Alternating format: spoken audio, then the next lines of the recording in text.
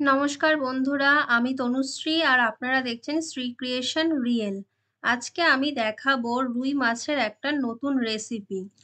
এই রেসিপিটা করলে এক থালা ভাত শেষ হয়ে যাবে নিমিষের মধ্যেই। তাহলে চলুন দেখে নিই আমরা রেসিপিটা কিভাবে করব। প্রথমে আমি দুখানা রুই মাছের পেটি নিয়ে নিয়েছি, কারণ আমার ঘরে দুখানাই অবশিষ্ট পড়েছিল। এই দুটো দিয়েই আমি আপনাদের করে দেখাবো।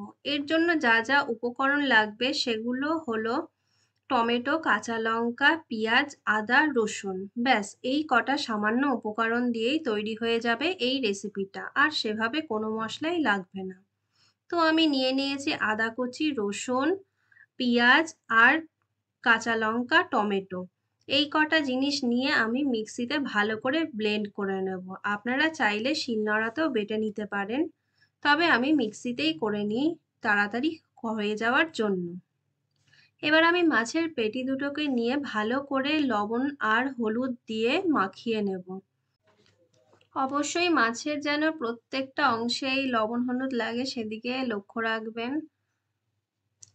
যথারীতি আমি ভালো করে লবণ আর হলুদ মাখিয়ে নিলাম। এবার আমি চলে যাব পরবর্তী পদ্ধতিতে। তারপর আমি যেটা করব সেটা হচ্ছে কড়াইটা বসিয়ে দেব এবং কড়াইয়ে হাই ফ্লেমে দিয়ে কড়াইটাকে গরম করে তার মধ্যে তেল নিয়ে নেব, এবং তেলটা গরম হলে তার মধ্যে আমি ফোড়ন হিসাবে দিয়ে দেব কালো জিরে। কালো জিরে দেওয়ার পর আমি মাছগুলোকে যথারীতি ভেজে নেব। আগে ভেজে পরেও আমি কালো জিরে দিতে পারতাম, কিন্তু না, আগে কালো জিরেটা দিলে তার ফ্লেভারটা সুন্দরভাবে মাছের মধ্যে স্প্রেড হবে। সেই জন্য আমি ভালো করে প্রথমে মাছ দুটোকে ভেজে নিলাম। ভেজে নেওয়ার পর আমি সেই একই কড়াইয়ের মধ্যে পেঁয়াজ কুচি এবং টমেটো কুচি দিয়ে দেব। দেওয়ার পর সেটাকে ভালো করে যথারীতি ভেজে নেব, এবং যখন দেখব এটা ভাজা হয়ে গেছে, একটা কাঁচা লঙ্কাকে মাঝ বরাবর চিড়ে এর মধ্যে দিয়ে দেব।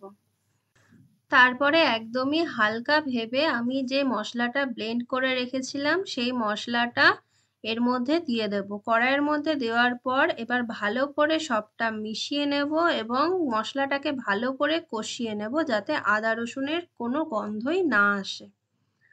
যথারীতি এবার আমি তার মধ্যে দিয়ে দেব লবণ, হলুদ গুঁড়ো, জিরে গুঁড়ো, হালকা ধনে গুঁড়ো, আর দিয়ে দেব লঙ্কা গুঁড়ো, আর স্বাদটা ঠিক রাখার জন্য আমি দিয়ে দেব হালকা চিনি। দিয়ে ভালো করে এবার মশলাটাকে আমি কষিয়ে নেব। ঠিক এভাবেই কষিয়ে নেওয়ার পর আমি এর মধ্যে জল দিয়ে দেব। আপনারা চাইলে গরম জলও দিতে পারেন, আমি ঠান্ডা জলই দিয়েছি। তাতে কোনো অসুবিধে হবে না, আপনারা যে জলই ইউজ করেন না কেন।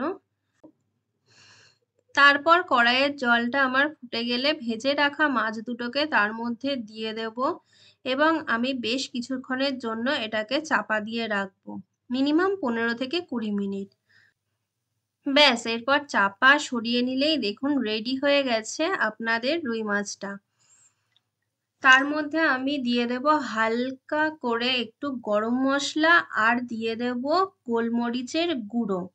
ব্যাস, তাহলেই রেডি হয়ে যাবে আপনার এই রেসিপিটি। এবার গরম গরম ভাতের সাথে সার্ভ করতে পারেন আপনারা, দেখবেন কি অসাধারণ খেতে লাগবে। আর এই মাছের যে গ্রেভিটা তৈরি হয়েছে হালকা পেঁয়াজ দিয়ে, এটা তো অসাধারণ লাগে।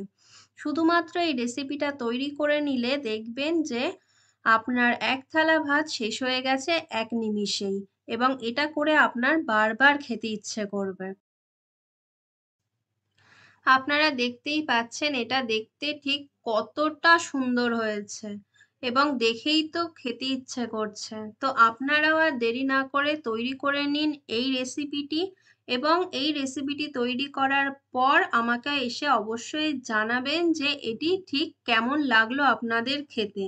এবং আপনাদের যদি ভালো লেগে থাকে তবেই আপনারা অন্যদের শেয়ার করে দেবেন, এবং আমাকে অবশ্যই এসে জানাবেন যে কেমন লাগলো রেসিপিটি। আপনারা কারা কোথা থেকে দেখছেন সেটা অবশ্যই ভিডিও দেখার শেষে জানিয়ে যাবেন।